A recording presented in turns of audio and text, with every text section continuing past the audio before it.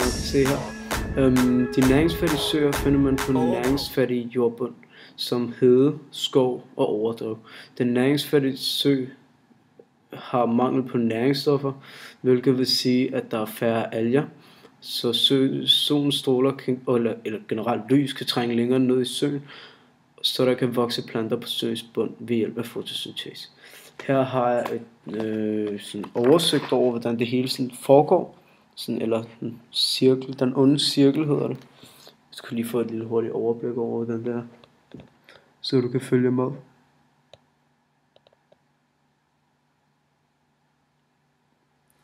Altså, foregår sådan, at fordi der ikke er så meget næring, er der få næringsstoffer, som så vil gå over og blive nedbrudt af planktonalger, og de vil så blive spist af dyreplankton, som fredfiskene så lever af, og de vil så blive spist af rovfisk, og eventuelt så dør alle organismerne nok på et eller andet tidspunkt, så de falder ned og bliver nedbrudt af nedbryder. Og her er en graf over en søs indhold af planteplankton, dyreplankton, kvælstof og fosfor over et år. Grafen er noget upræcis, da der ikke er angivet nogen værdier på y-aksen. Dog ses de forskellige stoffer og organismers popularitetsvækst i forhold til hinanden og andre forhold klart. Kvælstof og fosfor er begge to typer af næringsstoffer, som kommer fra enten nedbrydningsprocessen på bunden af søen, eller fra forurening, for eksempel gødning af marker eller spildevand. Kvælstof og fosfor er næring for planter, f.eks. planteplankton. Når der produceres eller tilføres meget kvælstof og eller fosfor til en sø, stiger planteplanktons populariteten meget. Selvfølgelig er stigning af planteplanktons populariteten, stiger populariteten også af dyreplankton. Dette ses specielt om foråret og også lidt om efteråret. Grunden til, at grafen viser en mindre mængde af kvælstof og fosfor om foråret og sommeren end efteråret og vinter, er først på grund af, at disse to stoffer om foråret er indbygget i planteplanktonen. Planter behøver sol for at vokse, hvilket er grunden til, at de ikke vokser så meget om vinteren. Når solen skinner meget, som den gør om foråret, vokser planterne derimod en del. Til dette bruger de meget næring, som de får fra kvælstof og fosfor, der ved forårsvinden tilgængeliggøres i vandet. Kvælstoffen og fosforen bliver dog som tidligere nævnt oplagret hurtigt i planteplanktonen. Om sommeren er det springlaget, der er grunden til, at grafen viser en mindre mængde af fosfor og kvælstof. Stofferne er her bundet til springlaget og bliver først frigivet igen ved efterår, når efterårsstormene hvirvler vandet op igen. Dette er grunden til, at planteplanktons populariteten stiger igen ved efterår og derefter dyreplankton. Denne graf kan bruges til forståelse af en søs liv og bevoksning. Jeg vil rigtig gerne fortælle om de to onde cirkler. Den ene onde cirkel er, begge to starter med, at algevækst fremmes.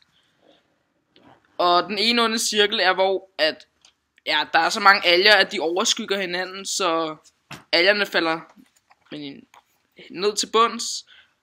Og det gør, at der er iltmangel. På grund af nedbryderne er nedbrydere, det kræver ilt.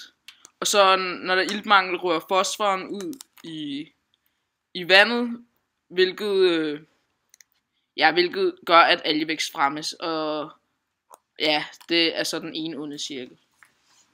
Så begynder det om på ny igen. Og så den anden onde cirkel, det er, at algevæksten fremmes, og det giver så uklart vand. Det uklare vand, det gør to ting. Det gør, at bundplanter, de har svært ved at vokse, og at rovfisk hæmmes, væksten hæmmes, fordi at de ikke kan se deres bytte så godt, og ikke kan fange deres skidtfisk.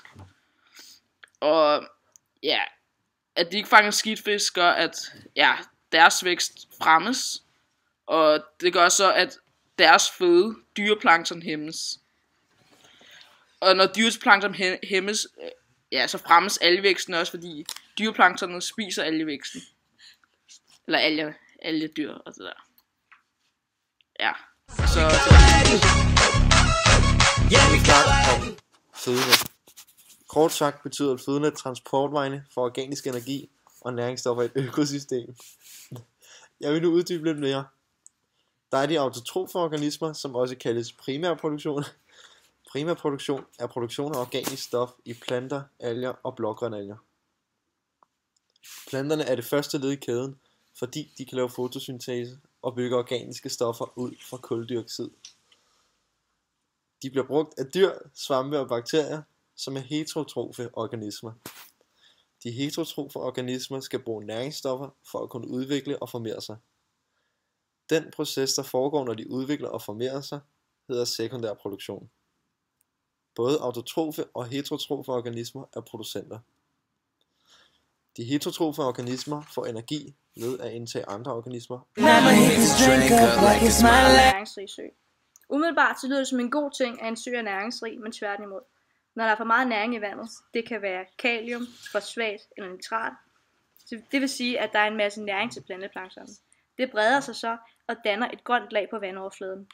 Når det sker, kommer der ikke sollys ned til bunden, som så for det meste er bestående af sort slam uden planter, da de ikke får noget sollys. Vandet er meget grumset, og det afgiver en lugt af råd, da alle nedbryderne, også kaldt som svovlbakterier, når de nedbryder dossen, som er et dødt organisk stof, de producerer sådan en svovlagtig lugt. Der er nærmest ingen fisk i vandet, men der er til gengæld mange dyr, som ikke har brug for særlig meget ilt. For eksempel vandtæger og røde danskere. Sigtbarhed er en af metoderne til at måle, om en sø har kvalitet. Der er flere måder, man kan bestemme, om en sø er næringsrig eller fattig. Man kan tage prøver af vandet, f.eks. fosfat eller nitratprøver. Man kan måle pH-værdien af vandet. Man kan rode lidt i bunden og lugte til vandet. Derudover kan man bestemme, om en søs kvalitet ved hjælp af makroindeksskema og lave et sigtbarhedsforsøg. Hvis du skal måle kvaliteten på en sø, kan du blandt andet gøre det ved sigtbarhedsforsøget, som er, at du tager et låg fra en malerspand, prikker nogle huller i det, sætter en snor i midten, så du skal selvfølgelig prikke et hul i midten, sejler ud på midten af søen, og sejler ud på midten af søen, ja. Det du så skal gøre, er at sænke låget ned i vandet, indtil du kun lige kan se det. På den måde kan du finde sigtbarheden af søen. Jo længere dit låg kan komme ned, før den forsvinder sygen, jo bedre er kvalitet.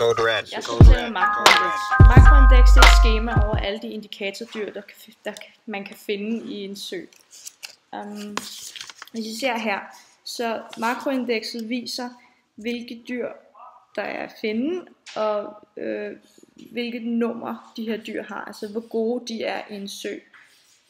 For eksempel, hvis man finder en slørvinge, hvis man bare finder en af dem, så er det en god ting, fordi slørvinger, de kan kun leve i meget iltholdigt vand.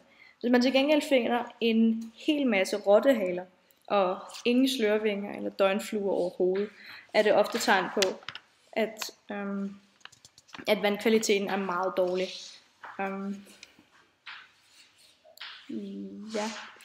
Til gengæld, altså der er nogle fejlkilder ved det her. Hvis man kun finder for eksempel røde dansemyggelarver, er det ikke ensbetydende med, at vandkvaliteten er dårlig. Det kan også bare være, at man ikke har fundet nogen slørvinger. Ja.